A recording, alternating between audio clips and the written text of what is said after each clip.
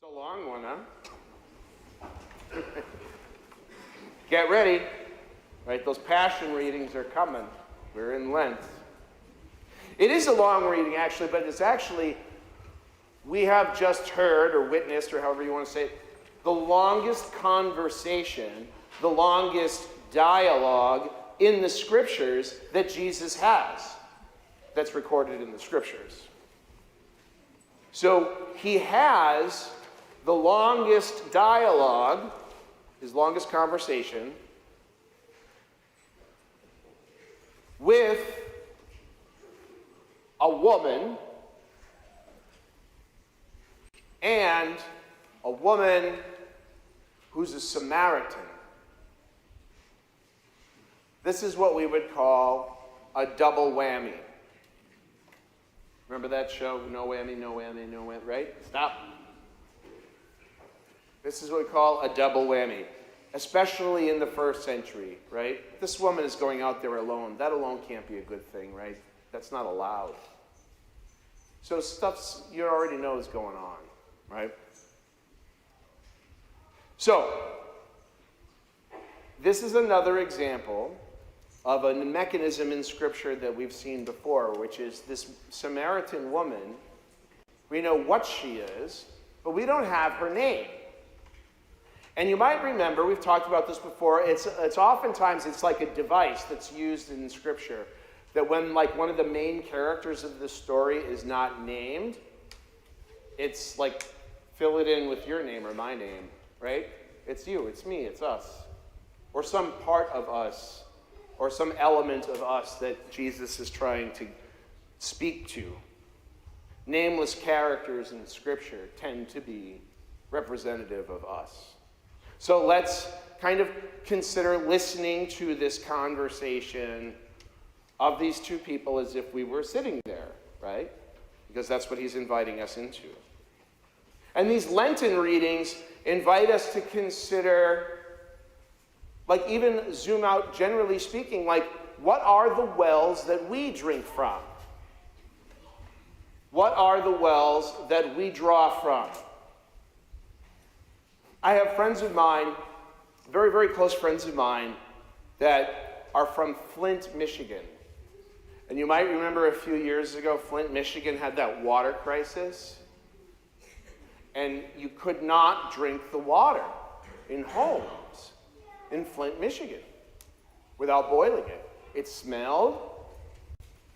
Whatever the problem was the problem, but you could not. And this went on for years because of the poverty of this neighborhood. This is only like 30 minutes outside of a major city, right? But the pipes and all this stuff were bad, and it went on for years and years and years.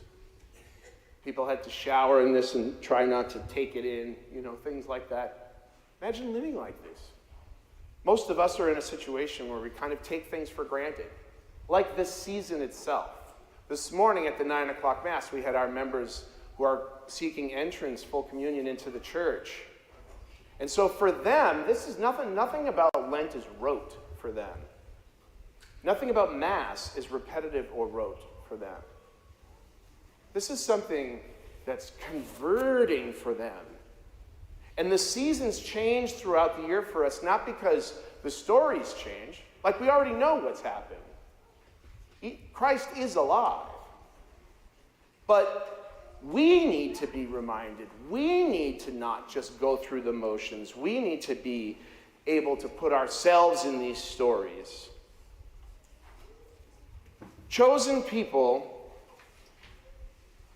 is the opposite of the Samaritan people, right? The Jews, Jesus was clearly a Jew. The Samaritan woman is the opposite in terms of what would be clean, what would be acceptable, even though they had some similar faiths. And she carries this heavy water jar to the well. And what does she find there? Jesus. He's already there. That's not to be missed. It's not to be missed. And we'll unpack that a little bit more, but we have to keep in mind, right? These different wells that we're being invited to consider oftentimes are not just like the obvious, but they might be like, do we drink from the wells or do we even become them sometimes? Of like self-pity, right? That could be one. Or do we like drink from the wells of like any form of like self-absorption? We can do that as a nation very easily too, kind of think that we're like the center of the universe. We get accused of that pretty easily, but as individuals, we can kind of think our perspective is the norm, right? Is reality, right? We can drink from wells of excess. Well, too much of a good thing is great kind of thing, right? Like I know, like all these wonderful things in life in moderation is tough. We as human beings are built like three-legged stools. Like, you know, like a three-legged stool, if one of the legs is out of whack, we're body, mind, soul, right? That's what makes a human being. If one of the legs is out of whack, it's not as well maintained as the others. Even if you can get it to stand, which frequently you wouldn't be able to, right? But even if you could get it to stand, the stool will not bear the weight that is placed on it because it's not been properly maintained. So to us, if we don't properly maintain those three elements and we're out of whack, and we usually kind of always are in some way, right? The church invites us in the season of Lent to consider that and to reconcile, right? To justify, to make things right, to make things healthier. Spending more time considering, right? This is an invitation to really reflect this Lenten experience. What are these wells? Do I spend more time at the well of mutual funds management than at the well of family management, you know, or time? But like it's just inviting us to ask ourselves these kind of questions. And then how do we listen to that deep thirst, that deep yearning that calls out from the cistern, from the well, for the souls, right? The yearning of our souls for our very selves, for what we're made, for God, for meaning, for depth, for authenticity. Do we spend as much time sort of creating, you know, family and friend, like relationships, social commitments to one another that are about celebrating the fact that Christ is among us and that is the source of all the other things that we're now doing that are joyful or penitential or whatever they might be? Well, considering these questions, let's consider back to Jacob's well. Note the time of day. What time of day was it? Noon. Why would that be important? Remember, like in the scriptures, right? Like the idea of writing something down on a piece of paper that you would like chuck in the trash later, post-it notes, stuff like that, is like, would be anathema to these people. Writing is a big deal in the first century. It's tough to even make paper of any kind, never mind write, all that stuff. So when stuff gets written down, it's written down for a reason. So they're telling us that she went to the well at noon. Why? Why would that be important? Go for it, anybody, just... It's hot. That's right, it's hot. It's the hottest time of the day. Scorching desert sun. She goes in the middle of the day to the well because she is not just carrying that heavy yet empty jar. She's carrying a lot of shame. Jesus says to her, doesn't he? Yeah, you're right to say that you don't have a husband, because right now you don't have a husband. But you have had 5, and the guy that you're with now, because you're with somebody, and I know that, he's not even your husband, right? So like, yeah, you're telling the truth, but, you know. So because of all these other wells that she had, you know, utilized in her life, decisions made, whatever, brought her to a place where she felt shame. So much so that she would suffer in order to get to the simplest core of our life, right? Water. Any of you ever seen that movie, Erin Brockovich? It's about a true story. I think it's a great movie. I mean, it's not like not every element of it is like, I wouldn't show it in church, you know what I mean? But it is a true story, and it's also about water, right? It's a community whose water is toxic, and it's a poor community like Flint, you know, things like the attention, the justice that is not being served to this community. And this woman who begins to become a member of that community in her own way and advocate for them and whatnot, she is very much shamed, isn't she? She's very much judged and shamed for the way she's lived her life, rather than focusing on the fact that she was there about helping so many others. Not so different. That's a movie that wasn't that long ago, about a true story that wasn't that long ago. This is a gospel reading that is 2,000 years old. There's nothing new under the sun here, right? So we come to this well. We have this life-changing conversation, because remember, it's her, it's us, right? This woman has this life-changing conversation with Jesus, so much so that she leaves her jar there, and remember, they write it down, and goes and tells everybody about this guy, this Jew. Leaves her jar after she just schlepped it all the way out into the sun because of her encounter with Christ. And where did he encounter her? Yeah, sure, at the well, the source of life, so to speak, right? At the well, at noon, this woman, 5 husbands, living with the guy, scorching sun, totally uncomfortable, totally shamed, totally, all these awful, difficult things. And where is Christ in all of that? He was already there. He wasn't waiting for her in the temple, and only if you come to the temple do you get my attention. God is always reminding us through these stories of the scripture, through these things that we can take for granted like seasons, about how he continues to encounter us. God encounters us in our chaos and messiness, in our discomforts, as the scorching things of life. Starting, certainly in those Old Testament stories, but right there in that nativity scene, that filthy barn with animals and this imperfect family dynamic with shepherds who are criminals and all the rest of this stuff and everything right there, that's where God meets us. And we continue to kind of like push him out, like as if he's supposed to be somewhere else.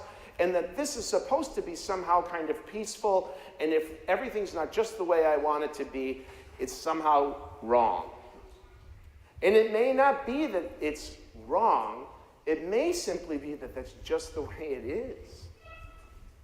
Because life is difficult. It's going to scorch you at times, right? But he's always going to be there. No matter what bucket of shame we might be carrying around with us, no matter how much we're willing to do to try to avoid having to deal with that shame, like going out in the scorching sun in the middle of the day, right?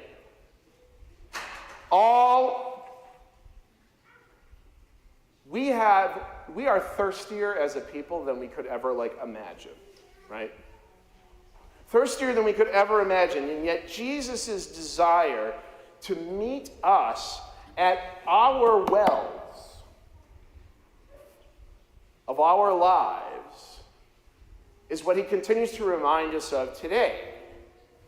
That he wants to meet us at the place. He's inviting us. He's already there. What are those places, those relationships, those places within ourselves that we, those things we say how could anybody really love me if they really like knew me, right? Like everything I think, everything I've said or done or whatever. Well, nobody's ever going to know everything you've ever thought or ever said or ever done, except Christ. And he's reminding you today that it doesn't matter. Because like that woman with the jar, whatever brought you to that well in the first place, and whatever the circumstances that brought you there at noon, fill in those blanks with whatever the situation you might be dealing with. Whatever brought you there in the first place is not the thing that you're going to leave there with. She left the jar, but she did not leave thirsty. And she did not keep this to herself. She shared it, vulnerable as it. Think about it. Don't bypass these things. Woman, Samaritan, noontime, well, avoiding everybody. Same woman goes by herself to the community that she's been trying to avoid because she has been shamed, and blows through all of that like a battleship without even a glass of water. And where were the apostles? Where were they? They were literally out to lunch. Right? Like literally out to lunch. So, when Jesus encounters this woman at the well, he breaks barriers. He breaks all kinds of barriers. Social barriers, spiritual barriers, internal barriers, external barriers. And I've said this to you before. I think it can be very difficult to believe in a God who is like the God who just is always there, knows all my stuff and loves me anyway. Like it can be kind of hard to believe that God just loves.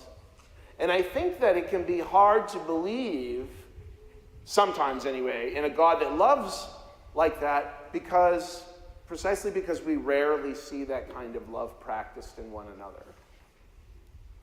And that is our vocation.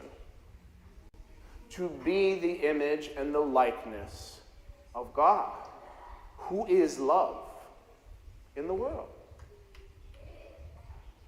And any sins, a word that has a lot of baggage, but maybe it really shouldn't. It's like an old Latin term from archery that means I missed the bullseye. And we're supposed to think about sin in Lent. It's okay. It's okay. You got to name it to tame it, right? So I missed the bullseye. Big deal. Not the target altogether necessarily, right? But the bullseye. We all miss the bullseye. From time to time, anyway. Robin Hood is a fictional character for a reason, right? We all miss the bullseye. All of us. It's not a deal breaker. But what we are being invited to consider is what are the wells that we're drinking from, that we're prioritizing? What are we putting into the wells? And are we a source of the very goodness that we're looking for from our well for others? Jesus broke all those barriers by being there today, but in our readings today. He broke all those barriers showing, and he does it all the time. We this morning, like I said, we had a whole group of people who don't take any of this for granted because it's all new to them. And they are preparing to realize what Jesus is trying to show this Samaritan woman, which is our groups don't mix. And where do they meet? They meet at a water cistern, right? And that's not a mistake either. They're telling this detail for a reason too, like there's a lot going on here. That's why it's so long. But this water is the water that they're drinking, but it's the very water that unifies all of us, right? This is the stuff that Jesus says makes us no longer male or female, Jew or Greek, this or that we become one in baptism. So we can go to the cistern to find the source, and we go to the table to continue to feed that source. And everybody is welcome. But what well are you going to drink?